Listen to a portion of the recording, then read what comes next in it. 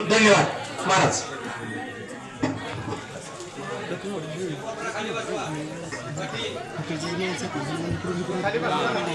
आता लगेचच आता जे आपल्या स्वामीजी लाभले त्यांचा मंदिराच्या वतीनं छोटासा सत्कार करण्यात येत आहे.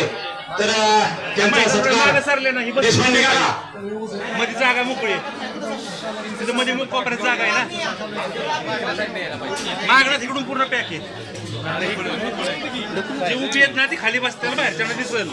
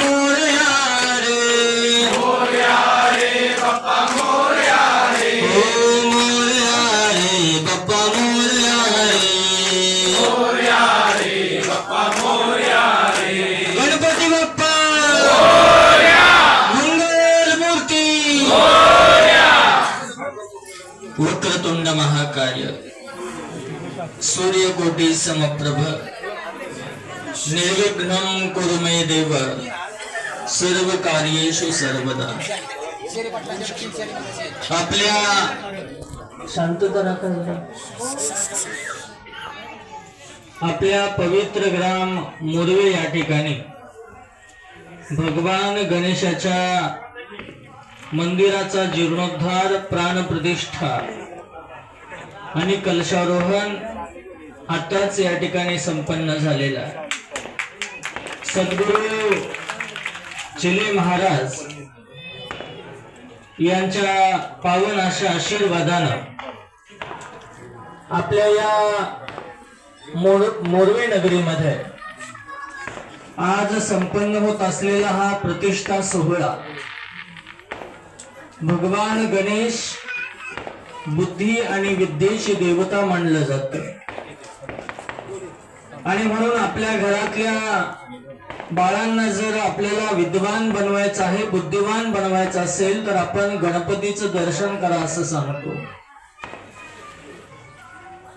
या जगतामध्ये गणांचा अधिपती असलेला गणपती आणि अशा पावन गणपतीचा आज सोहळा संपन्न करत असताना समस्त मोरवे ग्रामवासीय आणि पंचक्रोशीतील भाविक जन आपण सगळेजण या निमित्तानं उपस्थित आहात. माणसाच्या जीवनामध्ये त्याला योग्य दिशा देण्याकरता सद्गुरूंची नितांत आवश्यकता आहे. सद्गुरू ज्या ज्या मार्गाने आपल्याला चालण्याकरता सांगतात त्या त्या मार्गाने ज्या वेळेला मनुष्य चालणं आरंभ करतो त्यावेळेला जीवनाची झालेली दशा, त्या दशा झालेल्या जीवनाला दिशा प्राप्त होते. आणि म्हणून गुरुच्या मार्गदर्शनानं आपण ज्या वेळेला कार्याला आरंभ करतो त्यावेळी ते कार्य सुद्धा निर्विघ्नपणे पूर्ण होतं.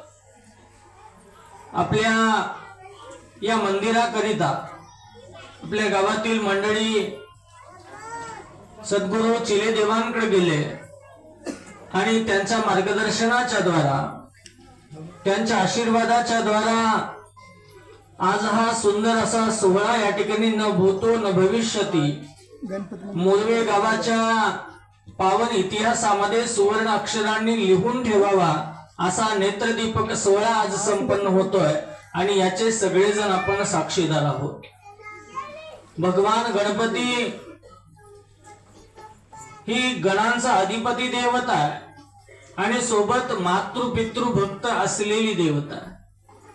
आपण अनेक वेळेला कथांमध्ये ऐकलेला कार्तिक स्वामी आणि गणपतीची ज्या वेळेला दोघांमध्ये चर्चा सुरू झाली आणि त्यावेळेला प्रथम प्रदक्षिणा कोण करून येईल हे दोघांमध्ये ज्या वेळेला ठरलं, कार्तिक स्वामींना वाटलं की मूषकावरती बसून गणपती काय पृथ्वीची प्रदक्षिणा लवकर पूर्ण करणार नाही, मी मात्र मयुरावरती बसून शीघ्र प्रदक्षिणा पूर्ण करू शकतो. आणि म्हणून दोघांमध्ये ज्या वेळेला प्रदक्षिणा आरंभ झाली त्यावेळेला पृथ्वी प्रदक्षिणेकरिता मयुरावर बसून कार्तिक स्वामी निघाले आणि गणपती मूषकावरती बसून पृथ्वी प्रदक्षिणा करण्याऐवजी आपले मातृपितृ भगवान शिव आणि पार्वती या दोघांना प्रदक्षिणा केली आणि सांगितलं की आई वडील हे पृथ्वीच्या समान आहेत आणि म्हणून त्यांना वसुंधरा म्हटलं जातं. त्या आई वडिलांनाच प्रदक्षिणा केली तर माझी प्रदक्षिणा पूर्ण होते. अशा पद्धतीची विद्वत्ता असलेली देवता ही गणपती देवता आहे. गणपती आपण पाहिल्यानंतर त्याचे कर्ण विशाल बघायला मिळतं, उदर लंब आपल्याला बघायला मिळतं. याचा अर्थ एवढाच आहे की आपण जास्त ऐकायला शिकलं पाहिजे आणि कमी बोलायला शिकलं पाहिजे. येणारी प्रत्येक संकट आपण पोटात घालायला शिकलं पाहिजे आणि त्यातून काहीतरी नवीन आपण शिकण्याचा प्रयत्न केला पाहिजे.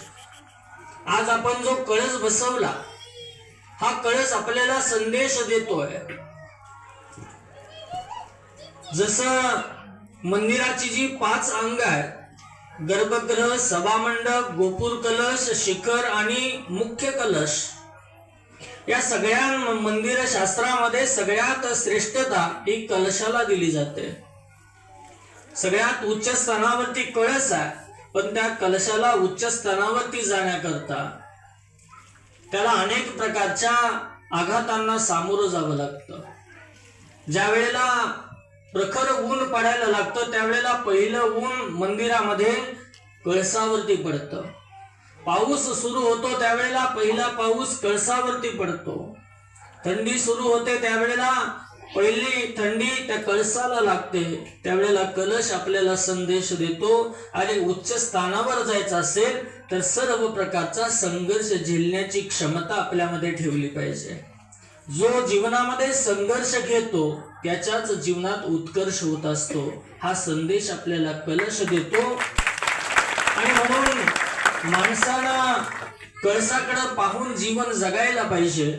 आणि म्हणून आज आपल्या या मोरवे गावामध्ये खरं तर आपले चिले महाराज कधी कळसारोणला कुठेच वरती येत नाही, पण तुमच्या मोरवे वासियांवरती त्यांचं खूप प्रेम आहे, तुमची त्यांच्या प्रती श्रद्धा आहे. आणि म्हणून आज प्रत्यक्ष कलशारोहणाला या ठिकाणी चिले महाराज वरतीपर्यंत आले. म्हणजे मला आठवतंय गाणगापूरला मी कलशारोहण केला, जेऊरला मी कलशारोहण केला, पण देव वरती कळसाच्या तिथं नाही आले. पण आज मोरव्यातल्या या मंदिरामध्ये मात्र प्रत्यक्ष देव येऊन त्या ठिकाणी त्यांनी त्या कळसाचं पूजन केलं. हे तुम्हा सगळ्यांचं अहोभाग्य आहे. आणि म्हणून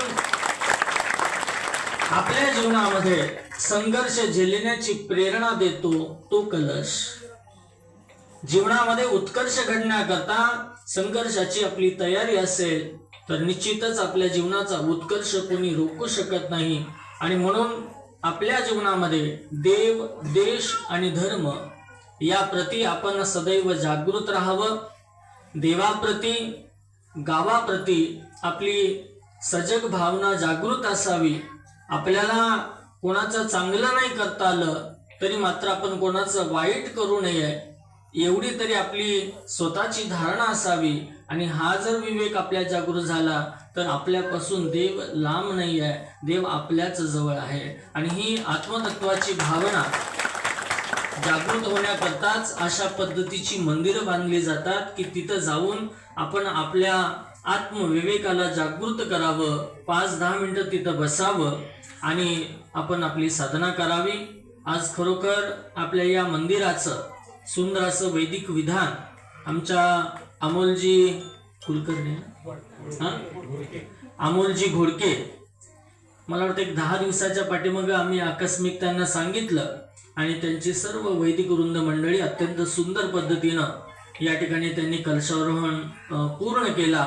अत्यंत चांगल्या पद्धतीनं आजचा हा सोहळा या ठिकाणी संपन्न झालेला आहे. यानंतर आपल्या सगळ्यांना आता आरती करायची आहे आणि आरती झाल्यानंतर आपल्या सगळ्यांना महाप्रसादाची प्राप्ती होणार आहे. तत्पूर्वी या ठिकाणी काही पुढच्या सूचना या ठिकाणी कार्यकर्ते देतील. धन्यवाद महाराज.